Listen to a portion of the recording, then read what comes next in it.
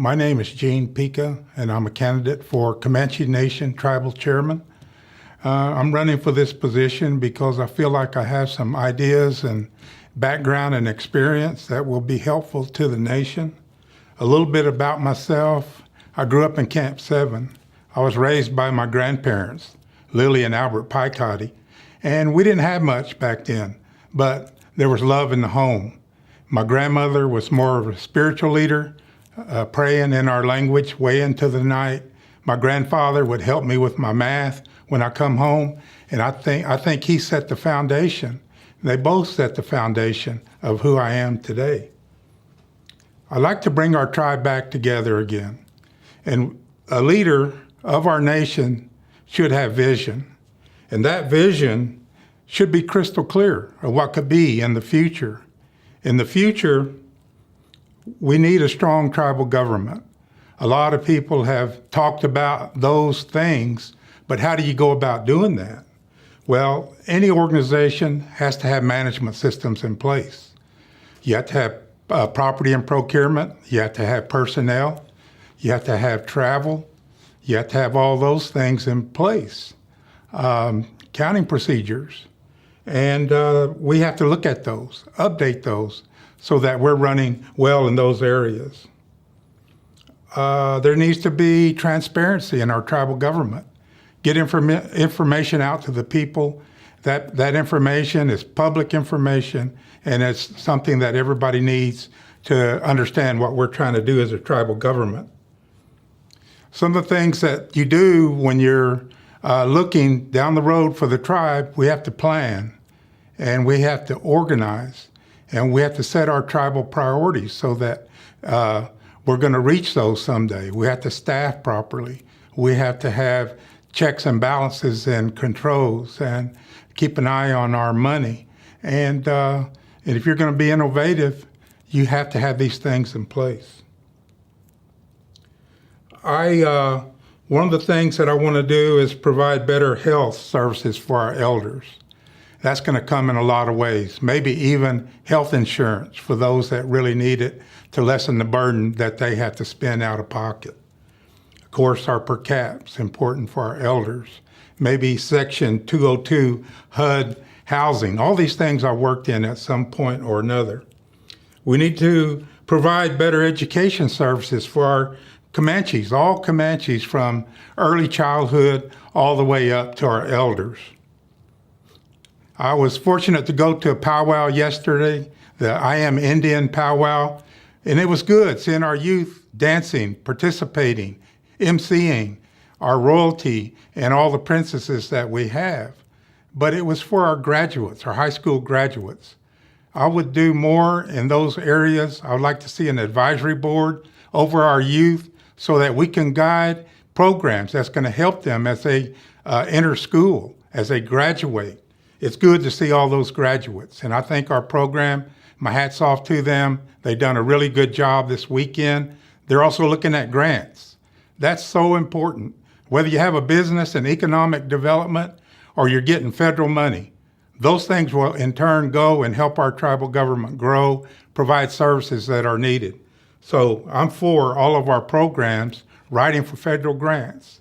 That's money that's left on the table if we don't do that. We have to preserve our Numina language. We have about maybe 25 fluent speakers. And if you go to funding like for A&A, Administration for Native Americans, they're going to ask, how many fluent speakers have you added in the last several years? We have not added any. We have not added any more fluent speakers. So as a nation, we have to get together, bring our language programs together, and make sure that we are creating fluent speakers in our nation. Per capita payments, 60% versus 40%. I will look into that and try to do 60% because what happens to the monies of 40% goes to the tribal government. We need to evaluate those programs, make sure they're needed by the government, and continue the funding or not. But until those programs can show that they are doing really well with the monies we set aside, let's look at a 60% and see if that's feasible. But down the road, we need to create more services also. Experience, I served twice as a tribal administrator. Back in the 1980s, I had to reorganize and structure. Right now, we have a pancake organization. Everybody reports to the tribal administrator. In some way, we need other people involved so that we can evaluate our programs, think through, plan, and make sure they're doing the right things with the monies and they're spending the monies and serving our tribal members. I'm also a former Dean of Student Services, and when I got up and spoke, I often said, I'm speaking for these students today. Tomorrow, these students will speak for themselves. In the last 2 decades, we had the highest graduation rate of any tribe in the United States. I don't know where we're at now, but we need to get back to those levels and make sure our students are doing well. A lot of them want to come home these days. We need to make sure we have employment here at home, something to offer them at the tribe so that they can work and help us in the future. We need those future leaders, those with the vision of what can be and what we need. I worked on a lot of grants throughout the years, 80, 100 million, whatever. It's called soft money. I worked in jobs with American Indian Research and Development, the American Indian Institute at the University of Oklahoma. And if you wrote a grant, got it funded, and you were paid out of that grant, it's soft money because if you don't get it refunded, you're out of a job. So I had to live that way for most of my life.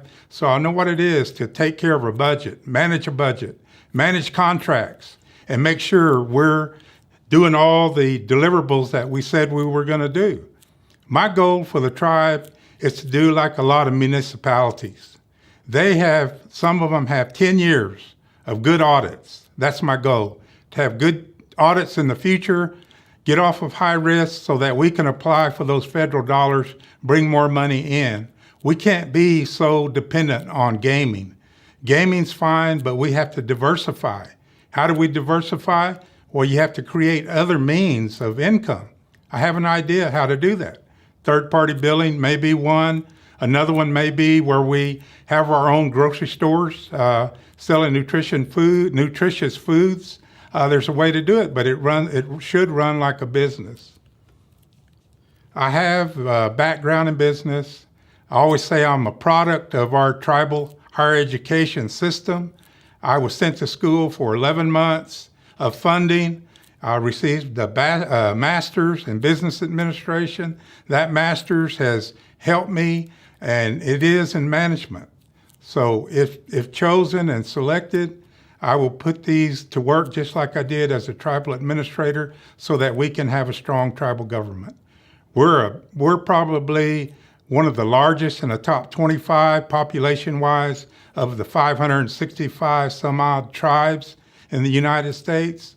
So we're too large a tribe not to have an infrastructure that we can depend on to take care of our monies and provide a future for our young ones that we haven't seen yet.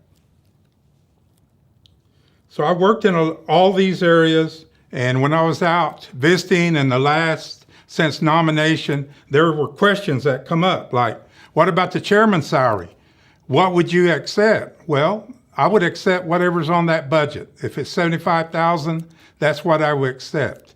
There's no really reason to accept an indirect cost. The chairman is a so-called CEO, but he's a policymaker, and that policymaker is not in the definition of indirect cost. So whatever's on that budget is what I or whoever gets this position would receive. Economic development, we're going to strengthen that. Also the Constitution, they ask about the Constitution. Well, there should be amendments to the Constitution that's going to strengthen it and help us in the future do business, make sure we're doing good things with our tribal funding. And again, I'm a product of our tribal higher education department, and I'm running because I feel like I have something to offer. I have experience and background, and if the people want me in, they will put me in. So maybe in the future, we can look over this fence when we're driving down the interstate, look over at the tribal complex as we're driving through, and realize that our tribal government is doing the right things for our people. Thank you very much. Please vote for me, Gene Pekah.